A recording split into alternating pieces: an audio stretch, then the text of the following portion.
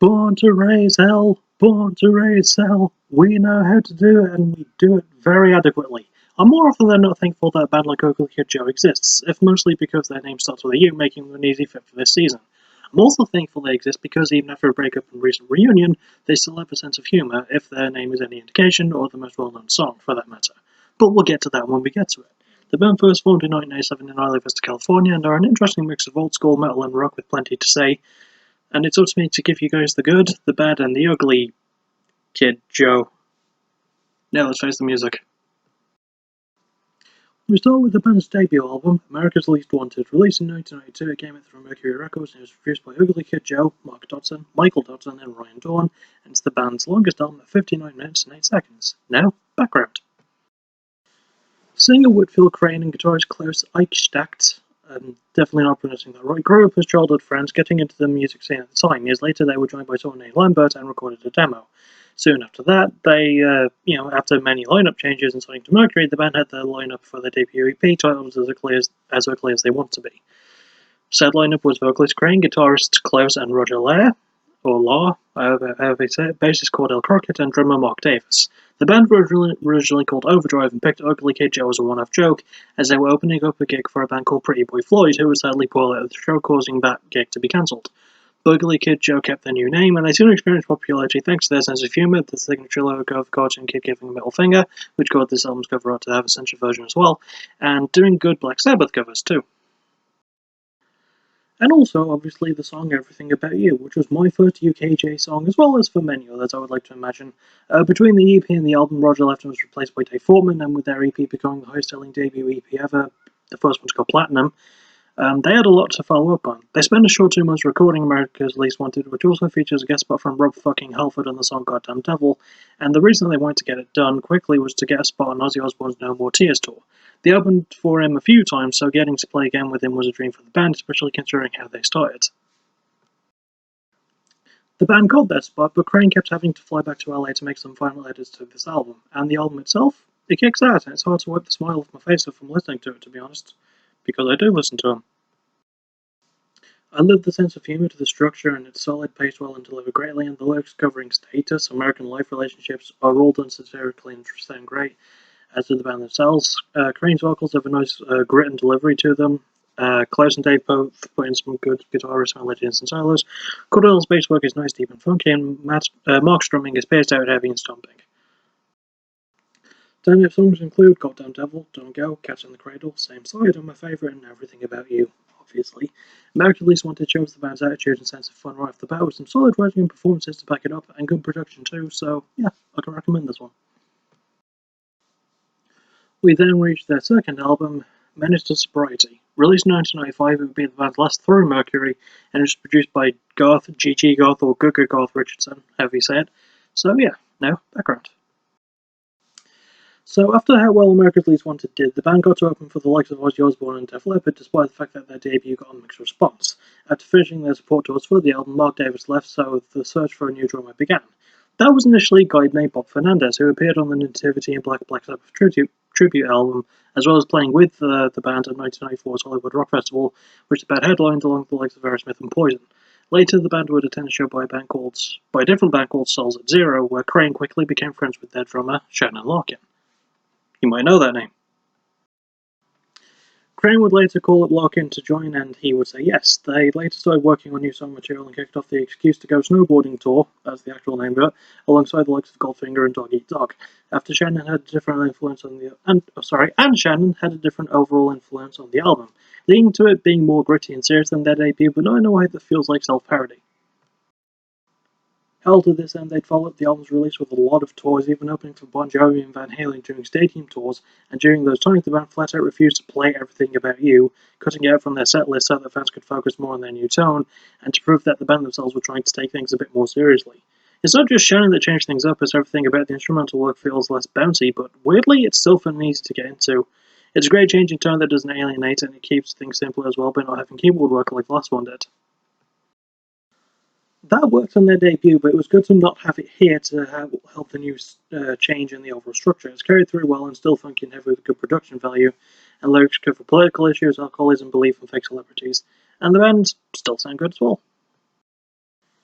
Crane's vocals scream heavy and his singing still carries a good tune. Klaus and Dave keep up good momentum with speedier trucks and really good solos. Cordell's bass is deep, smooth and toned. And Shannon's work is faster, heavier, and fills up nicely. I quite enjoy it. Standard songs include God, VIP, 10 out of 10, the great closing song Slower Than Nowhere, and my favourite in Succopath. Managed to display it isn't the band maturing, but they do take it more seriously, and they effortlessly marry darker subject and tones with their signature satire and performances for a more cohesive sounding album, in my opinion at least. I can recommend this one. We then reached their third album, Motel California. Released in 1996, it came out in Europe through Evolution and the US through Castle Communications. It was produced by the band themselves, and it's their shortest album of 39 minutes and 30 seconds. Now, background. So, despite the fact that most of Sobriety sold well and was a critical darling, Mercury Records weren't as super behind it. Not just that, but said album flopped badly in the US, despite the UK being big fans of it. So Mercury dropped the band, and in retaliation, Ugly Kid Joe formed their own label titled Evolution Records. They released this album in the UK through that label, with Castle Communications helping to distribute it in the United States, which could also be part of why the album is the shortest time gap between releases, I think. But that is unusual since it was released through two different labels in two different parts of the world, so it is a bit weird. Anyway, after the album came out, the band led the Late Checkout Tour, a reference to the song that the album style parodies, and despite the fact that it was built up well, it didn't land greatly with critics. I mean, I think it's fun, but I get why others wouldn't agree with that. Still, even despite those initial mixed responses, it did get a cult following, but it wasn't all great from that point either. The band would break up a year later, and some of the members would be busy with other bands. Shannon would go on drumming for Godsmack, that's where you've heard his name before, and Whitfield Crane would form a band called Life of Agony after their former singer left. Then after Crane left them, he spent most of his time collaborating with the likes of Soulfly and Godsmack, weirdly. After that, there were tons of fan pages made on the web for the band, with rare songs and videos posted by said fans, including thought to be lost demos, old pictures, and unreleased live footage. That explains the cult following part then, and I can see why. I won't say this is the band's best album, but it's not as bad as people say it is, and it's one of those cases where even Ugly Kid Joe's worst album is still better than most of another band's better works. The structure is a good combo of their first two, with more bounce to structure and more punch as well, and the lyrics covering family issues, abandonment, and addiction are more serious as well, but there's still fun to it, and the band handled this tone really well too. Crane's vocals have more strings as well, and his range has improved. Klaus and Dave's guitar work style has good riffs, despite a bit of lack of solos. Doesn't sit well with me personally. Cordell's bass is nice and flashy and really deep, and Shannon's drumming continues to be big and heavy. Standout songs include It's a Lie, Little Red Man, Undertow, Strange, and my favourite in Father. Despite this name, Motel California is a genuine attempt at growth, and with good performances and production value with some funny lines too, it's a pretty damn good attempt at that, so I can recommend it.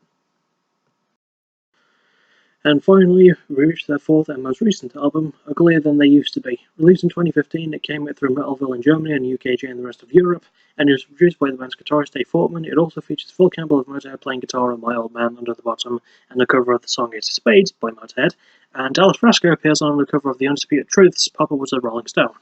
Now, background. So, after the band were done with their hiatus, there were rumours of them returning in late 2009, and while they weren't confirmed for a while, they did fully confirm it in May of 2010 through their MySpace page, with the same lineup since before their breakup. They spent most of 2010 drawing and writing, and in the middle of 2011, Shannon Larkin confirmed that new material was ready, with Whitfield Crane confirming that it would be an EP in September of that year.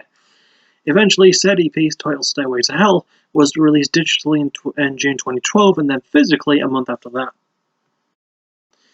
And the band promoted it like hell, playing Download Festival, which is still occurring, and I hope all my friends are actually having a good time over there, Sweden Rock in Sweden, Gods of Metal in Italy, and Belgrade Calling in Serbia, and they later support Guns N' Roses and Alice Cooper throughout the rest of 2012.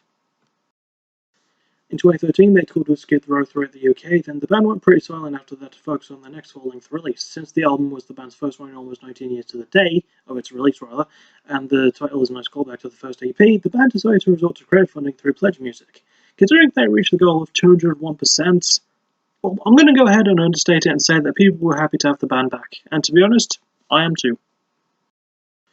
Considering that the band made a new label in the UKG and coming back with a new full album after a fair amount of time since their last EP, there should have been more pressure, but the band really thrived here.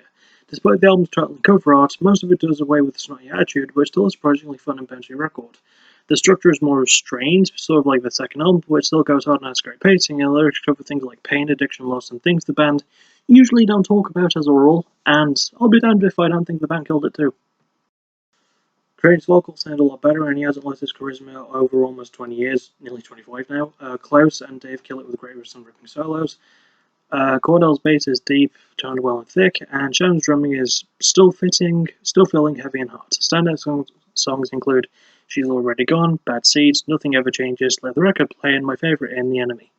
After a long time, the band still sound amazing with their sense of fun, tone pacing, and great performances and production, all tying it all together. I can recommend this one. So let's round them up. Okay, so, man, this is a difficult one, because this is another case of where I don't really hate any of the albums. If I had to pick a favourite, though, I'd probably go for their debut. It's funny, it's a great commentary on American life even today, and it's fun. You know, it's probably the most fun album the band has still ever put out.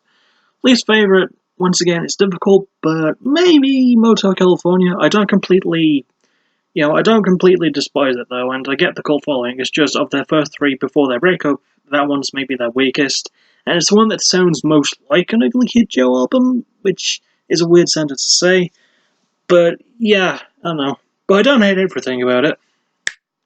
That's the pun. That's the pun. Anyway, join me next time where I cover Vancouver, British Columbia's own, the Veer Union. As always, thank you for watching. You're awesome. Bye-bye. Oh, well, actually, you'll join me next time for tonight, because I'm going to be streaming, so see you for that. Okay, now, thank you for watching. You're awesome. Bye-bye.